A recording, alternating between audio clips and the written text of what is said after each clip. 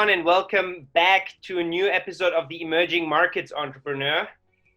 Here again, my co-host Sid Wahi, and today a special guest, Pepe Murray from Joe Public United. He's the co-founder and Group Chief Creative Officer. And today we are going to talk a little bit about purpose and how to market in a crisis situation.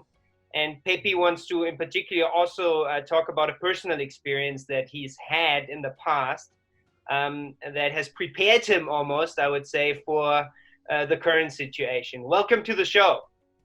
Thank you so much, Alexander. So we're sitting here right now, and it's one of the biggest crises, and now we have one of the great marketing leaders in here. What do you think are some of the questions that most SMEs are asking us recently that we should trigger right now? Sure. So I think the first thing that comes to mind for me is how has the messaging changed for companies during this time?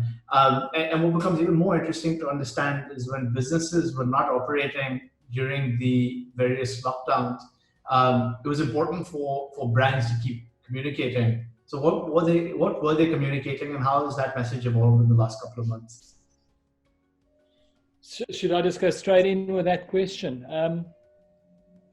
It's been, look, I suppose we're in territory where we've never found ourselves before. We've dealt with one of our biggest clients being physically locked down, that they couldn't sell at all. So our communication for them was to try and make a point that this crisis is more about just lives. I mean, lives are important, we get that. But what's become very apparent is that livelihoods are as important. As we're seeing businesses shutting down, people losing their livelihoods, their income, which is gonna have a tremendous long-term effect. So our marketing for that specific client was more to advocate, and hopefully for government to see through social space and through activating more conversation around the point that livelihoods are as important as lives in this time. That was in one area. I think in this time, the last thing consumers wanted to see was for brands trying to sell them a product. We are under so much, or not, I wouldn't say I'm privileged enough not to feel as much of the pinch, but we know the majority of people are feeling a huge pinch, and you don't want to now suddenly be sold a product. Rather show me some empathy. I mean, there's a global platform where you can get the global update of all the cases across the world. And I've now picked up that there's advertising space sold on that platform. And it actually, as a consumer myself, it irritates me. I'm not going here to buy a pair of tackies. I'm interested in the survival of various countries across the globe and the impact of this crisis. So it's very sensitive, and brands need to behave accordingly. Interesting. So maybe you can also share the backstory, of your business, how you founded it, and how that led to what you are actually recommending businesses right now. Because I mean, Pepe, you've got so much experience. You don't come to this conclusion without everything that you've experienced before. 100%. So look, I always smile. So we are 22 years old, our business. We launched in 1998. And anyone who's an entrepreneur, it's like your child. So this child of ours it's only reaching adulthood now. So he's only moving out of home. So it's by no means do we think we've arrived and we've done so much. The adulthood only starts now. The next 20 years is probably going to be where he really needs to find his feet as a business. So I'm coming from a point of view that I don't think we've arrived and we're this great business, but we've managed to be in business for 22 years. The 2008 recession knocked us hard. We prematurely sold our business to a US listed company in 2001. And for 8 years, we were part of a corporate machine, and we hated it as entrepreneurs. So we bought the business back in 2009, and it was in the middle of that recession. So we technically went bankrupt. So I felt what it felt like to build a business from scratch with my business partner, who's almost like my second wife. or husband or whatever you call it, but it's as close a partnership as your life Spouse, partner. yeah. Your business partner is like your second closest human being in your life. You share everything. I mean, you share more time with that person than with your own wife. And we went under. So to restart after, what would that be? 2000, that's after 10 years, after 9 years, to pretty much start rebuilding this business. And I was very much defined by my business. You know, from where I come from as Afrikaans, white South African, it's very much about your success is defined by your money, you know, and I come from little mean background, so I don't come from money. I wanted to be rich, and I ended up bankrupt. So the insight was, I went and searched for the meaning of my life, and I found greater purpose in 2007 already. Now, I just reminded myself there was a reason why we started hitting the brick wall. I actually retrenched someone for racism, and he went and worked for our biggest client and fired us. And that was the beginning of the end. So at that stage, I started searching for more insight in my own life, and I discovered purpose, which is a buzzword globally in business today. It's a buzzword. I don't know how many businesses understand it to the depth that we do. And I worked very hard with our people in the business to define why our business exists. And we've rebuilt our business on this purpose over the last decade. And for me, it's profound, because during this time, during this crisis, it's our purpose that's been our rudder. And I think it's played a huge part in us sustaining through this very, very tough economic time. So one could say you actually have experience on how to handle crisis situation already quite well, and you're quite well equipped now to share that with other entrepreneurs. So, I mean, a lot of entrepreneurs are feeling what you've experienced 10 years ago, they're experiencing it now. Yeah. What is your recommendation? How should they react? How did you react? What mistakes did you do in 2008? And how should entrepreneurs in that situation react? What like step 1, 2, 3? What should happen? I would say the most critical aspect of it now is not going to help anyone who's now in trouble. But what we learned then was, you know, purpose. The beauty about purpose in the business is you realize that you're not in business to make money. You know, the founder of Nike, Phil Knight, he wrote Shoe Dog. And he said in his book, Shoe Dog, it's so profound. It's towards the end of the book. He says, we all understand in order to be alive, you need blood to run through your body. You need your heart to beat, and you need blood to flow through your body. But if I ask you, why do you exist? I don't say to make blood. So similarly, money is the lifeblood of business. It has to flow through the business to keep the business alive. But you're not in business to make blood. So I think one of the first things we learned in 2008, 2009 was the importance of the blood of the business. So for the past decade, my business partner, Gareth, has been very frugal in not paying big dividends, in keeping cash in the business. So we built up a massive cash reserve in the business. Now, without that, because in 2008, we didn't have that, and we ran out of cash. So number one is to be so frugal with your cash flow, because you can have so much money on paper, but if you don't have cash in the bank, your business dies overnight. That's one of the first things that's helped us. The second thing is, for me in this time, is to focus on what I can control. Like, I realized we can't control our clients' spend. We can't control their revenues. Their businesses are also under pressure. So I started focusing only on what I can control. And in my view, all you can control is your excellence in terms of your value that you add in terms of service and product. And I've taken every second of the last 3 months and just put all my energy into over-delivering to our clients. So not worried if they pay me R1, we give them $50 in terms of with all our hearts, we're just giving. And I think that's something often that we lose in business. We put the priority of money above the priority of excellence. And I'm going into the future post coronavirus with an obsession for excellence in everything in our business. It's already a very good business, but we would like it to be a great business.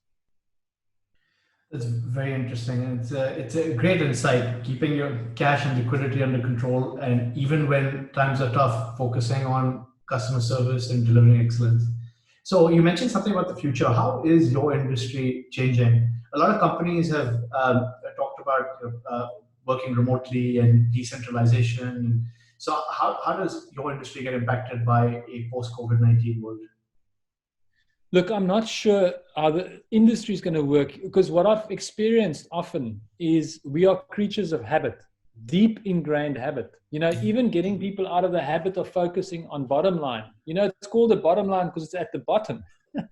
And we tend to put it at the top of our priority. Maybe not entrepreneurs, but I see it in corporations for sure.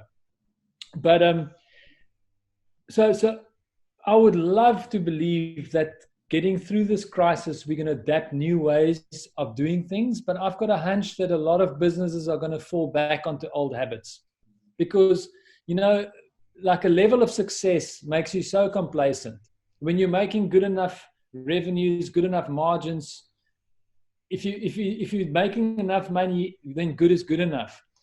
So you tend to fall back on those old habits of what is good enough. But what is really great, what is really excellent, I think going forward, we will be crazy not to embrace this new way of working. Just before the virus, like this meeting now, we used to fly from Cape Town to Joburg to Cape Town for meetings. We'd never have a meeting like this. We've been having meetings like this for 3 months.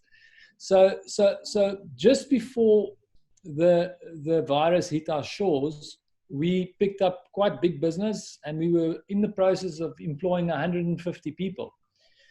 So wow. we would have had to get new offices, put more capital into outlaying new offices, and have a higher rental overhead per month. We know now that going forward, we will be working in shifts. We probably do a hybrid, 2 weeks on, 2 weeks off, or 1 week on, 1 week off, shared offices. And that will enable us, as we grow our business, if we had to double in the next 5 years our business, we will keep the rental space the same, which means we're going to effectively half our rent. That's massive. That is huge. So I think one of the biggest insights for me is we do not need all the office space that we used to use in the old days, and that's going to go for sure. I'm very glad that I'm not in the airline industry, the hospitality industry, and that I'm not a landlord, because I know, Alex, you've given up your office space. We are in the process of leaving our headquarters in Sandton for much smaller premises at a much lower rate. So it's bad times for landlords everywhere. I spoke this morning to another South African entrepreneur. She's the owner of Cosmopolitan, Raffaelli. It's not Jane, her mother was Jane, Julia Raffaelli. And it's just amazing, because they had to shut down their magazines because people weren't buying magazines. It was the end of it. But I don't want to put forward, I don't want to give away what she told me, but it's completely opened a new direction for them. I saw a restaurant over this time that couldn't trade, that turned his retail space into a food market. So organic food emporium, a tiny little restaurant became an organic food emporium overnight. So I also think this is the time for innovation. And I'd like to believe that the landlords will find new ways. There's already talk of residential, turning office space into residential areas. So I'm sure there's always, if you open yourself up for the flow of new thinking and not just get sucked into the crisis, it's going to open new opportunity. Like us saving rental now, it's a new opportunity. We've completely also cut our office because we were like, we don't know how long it's going to take. It's an amount. It's a substantial amount for a startup growing business. and we don't know if we're going to use it. So why pay for something when we rather can keep people employed? And that was a little bit our thinking. And it changed a lot of the processes, and people got into the remote work, and now it's sort of people getting used to it. The only worry I have is, how is culture building in a remote environment impacted? And this is where I'm also I'm worried about just going full remote versus having one like home. It's like me living in Mexico, Turkey, South Africa, but my home is in Germany. My parents are in Germany. So, that central place where you can go and, have supper with your family. Like, I think that's still something I believe a business needs. Would you agree with that? I agree 100%. So, and this is, again, I'm going to point towards purpose, because I think when you define a profound purpose for your business, that is more than your product offering, much more. I thought if you ask me firsthand, without the depth of knowledge that I gained over the past 14 years on the subject of purpose, if you initially asked me, I would have said our purpose is creativity, because we're a creative advertising agency. It turns out, and I'm also an advocate of one word purpose. So not one word as the insight on what your purpose is, and then an explanation of that word. So the word is actually not the purpose, the explanation is the purpose, but you need the word to get the purpose. I'm a big believer in it, and I don't see enough. I can't see more than 5 brands in the world that actually has that clarity of purpose. And that's value that I'd love to bring to this world going forward, and through our business offer it as a service. But that one word of ours is growth. Now, it's so far away from what I thought it would have been. But what it means is for our business to be the fertile soil that grows our people, that grows our clients, and grow our country. And based on those 3 pillars, we've built our business. Now that has created such a unique culture within the business, because people feel that they're on a higher purpose mission. They don't just come to work for a paycheck. Maybe some still do. It's not like we've got this perfect business, but we've got a much higher level of engagement than your average business.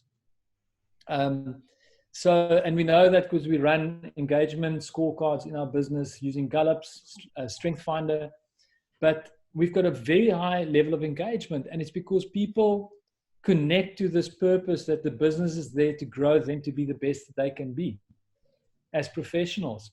And if they're the best, we can do the best product to our clients in market. So I think that level and depth of culture can help sustain it if we're not all together all the time. But I completely agree with you. I think you need a home base. I don't think we'll ever get away from having a place where we eat together, at the very least, So I'm completely with you on that. I don't think it's going to go completely into this digital world. So let me just go one more question on purpose before we continue. I mean, Simon Sinek is very well known, and for me, he started this whole mantra of purpose. That's the first time I heard about it. Is the start with why? Is this a little bit what you're referring to? Because I think a lot of our listeners know maybe Simon Sinek, and how do you interpret his why, how, what philosophy? I think he calls it the golden circle or something. I'm 100% aligned with his philosophy. I would say the only new knowledge, because I do think he's the driver of it, because that TED talk of his became one of the biggest in the world. And he subsequently wrote quite a few big famous books. And that was 2010.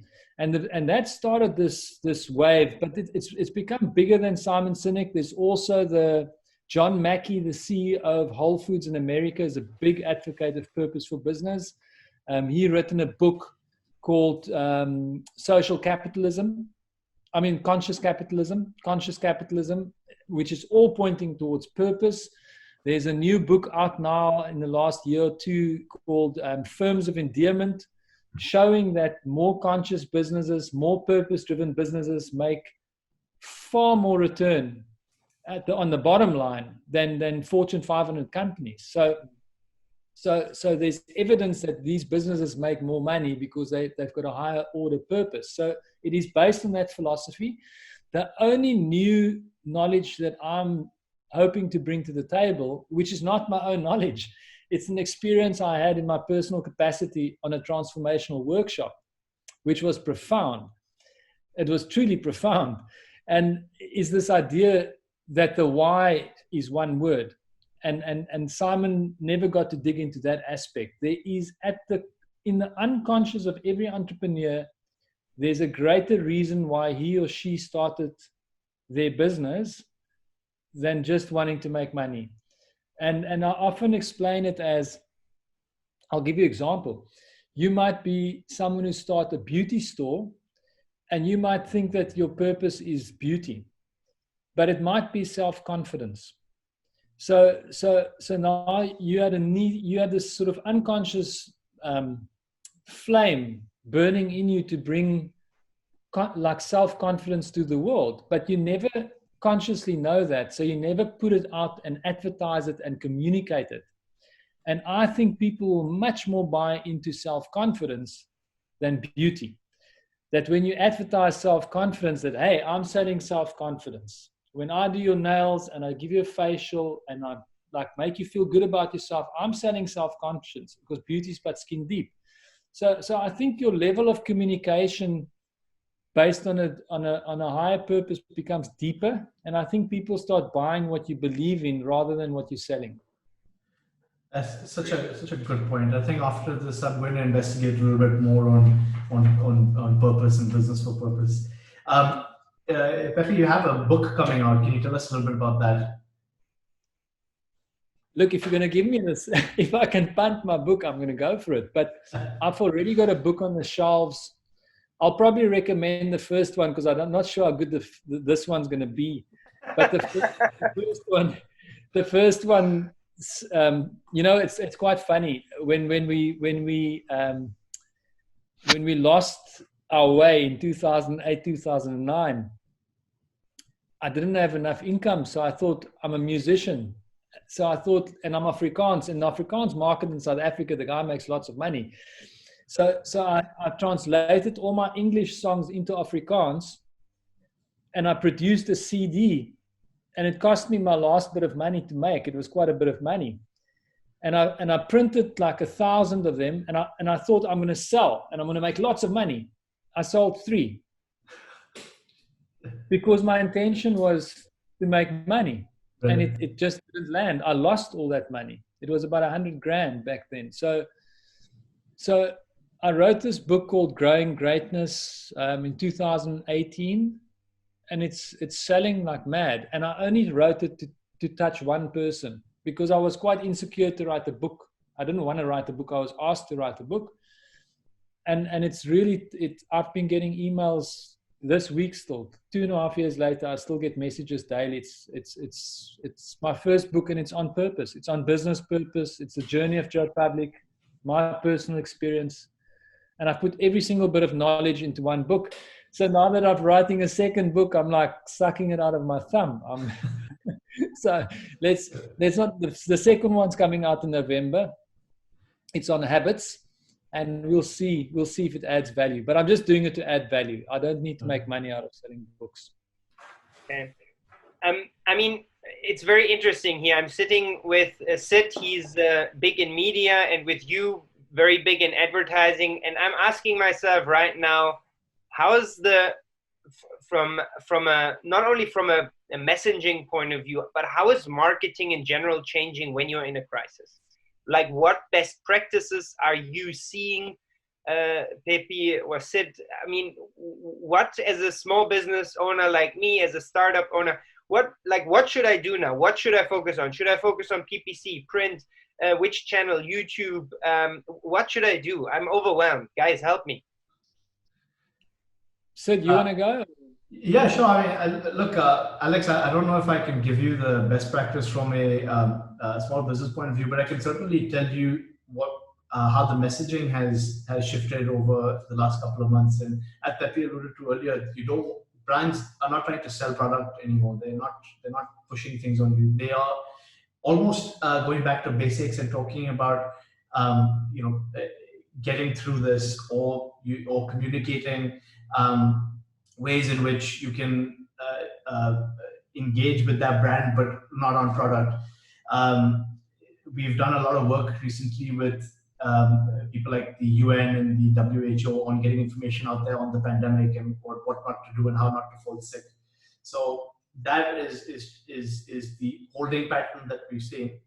And going forward, there's been a resurgence of activity in the form of virtual events and webinars, where different companies are still talking about values that are core to them, and focusing on thought leadership more than product and services. That's been my experience. Yeah, I would say from my side, we deal with big brands that's got, geez, if I think some of our smaller brands probably spend about, our smallest brands in our books probably spend about 20 million Rand a year on marketing. The main cost is media, and the biggest ones up to 1 billion. So, and that's on media. So it's not our revenue. So we get a small proportion of that, but that's big money. And when I deal with SMEs, I always go, it is so tight running a small business that it's so dicey to invest money. And I always say, if you don't have 1 million Rand to put into marketing, don't market. And if your budget is tiny, then just keep it in the online space and use LinkedIn and use social platforms. But even social platforms, you need to back with media money. You can't just put a post on a social platform and hope people's going to see it. You have to. That's how Facebook built their platform, to make the money out of the media revenue. So when I think about, it took us many years just to advertise our own business, to have a marketing budget every year. And normally your marketing budget is let's say 2% of your revenue. So 2% of your turnover. So that's quite, what's that, 100? So it's 2,000 Rand. Is that right? 20,000 Rand. 20,000 Rand per year on 1 million. So that's not a lot. A newspaper advertisement will cost you 20,000 Rand to run once, and then you want to get a return on it. So I'm always very conscious not to say advertise until you have quite a lot of money to advertise, because you won't get a return on that money. So use your digital platforms. If you've got a smaller purse, make sure you put money into it in terms of marketing. But I keep on going back. Your best advertising is your own customers. Yeah. The better your product, the more excellent your product, the more... I always relate it to a restaurant. Excellent service, excellent food. To me, that's the perfect model. And of course, a nice ambience. But that to me is the holy trinity of any great business. Excellent product, excellent service. And that word of mouth will put you in good stead. And then just keep it lean. What set of skill set, when you're an entrepreneur and you would start all over again, where would you focus what you would learn and sort of digest every day? Is it more the creativity part, the analytics part? What is sort of the skill set of the entrepreneur in the next 10, 20 years? What's required? Okay. That's a great, I love that. You're going to see, I'm going to go back to the same thing. But what I've learned, entrepreneurs are very logical people. We're logical. We don't get all, that's why even I'm doing an MBA at the moment, because I'm studying towards a PhD, and I'm doing it for something completely different on the side. But trust me, the bookwork on entrepreneurship is just like, what? It's they kind of miss it. It's written by academics. We are super logical as entrepreneurs. But I will still go back. What we do lack as entrepreneurs is clarity. I find what you focus on will manifest 100% if you know what you're focusing on. And this is why I love this methodology. I don't even want to call it purpose, because purpose makes it sound like something sort of like quite hippie. It makes it sound like esoterical. In my view, purpose is actually the absolute clarity of what is your business strategy. Now, once we knew that we exist to grow our people, and the better we grow them, the better our product, the more we grow our client. Everything aligned around that. So suddenly we started designing our Joe Grow tool, which is pretty much like a KPI system, but turned on its head, because it's not whipping people to perform. It's showing them their room for growth. So it's applied in a non-fearful way. And without our purpose, we would not have designed that tool. We designed Growth Tracker to track our clients' sales. We would not have done that without our purpose.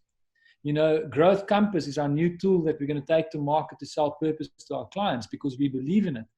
So now, then we started going, okay, but we only measure our finances. And what you measure actually improves, because you know that, okay, I'll make R1, next year I'll make R2, you make R1.50, you grow 50%.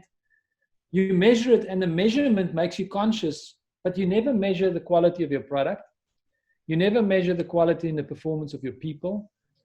You never measure your culture. You never measure your engagement. So we've become obsessed, not more obsessed than product obsession, but at the back end of the business, we've become obsessed with measuring all those aspects, and it's making us more conscious of how far we have to still grow. And none of that, not one of those things in the business. When you can Google Joe Public, you'll find growth in every single article. So when we talk growth. When we pitch our business, we pitch growth. So there's such focus that everyone knows what we're doing and everyone knows where we're going. And as your business grows and you're 10 people, 20, 30, 80, 100, 200, 300, 800, everyone's on the same page. Everyone's going the same direction. So I think purpose is actually, it's clarity, it's strategy, and it's my route to success. That's a little bit Peter Drucker, right? What you don't measure, you can't control. Absolutely. There's just too much talk in the absence of measurement. It's very interesting. We've got a growth metrics according to the EOS system. I don't know if you've heard of that book, Traction, and we've actually implemented exactly that we're not only tracking financial KPIs, but we're also tracking how the team is performing and also non-financial KPIs. So for every entrepreneur out there, if something that's similar to what Pepe is saying here is check out the EOS, the Entrepreneur's Operating System. Mm-hmm. It's a great way to get started. Such valuable insights. I think that's all the time we have for today. In fact, we've gone a little bit over time. But Pepe, thank you so much for that, and thanks for those candid responses. I think we're gonna inspire a generation of entrepreneurs after they watch this video interview. And Alex, thank you again for your time and for co-hosting the series with me. Thank you, Sid. Thank you, Pepe. Thank you to both of you. I really appreciate the interest, and I hope it adds value. All the best to you guys as well through this time, all of us.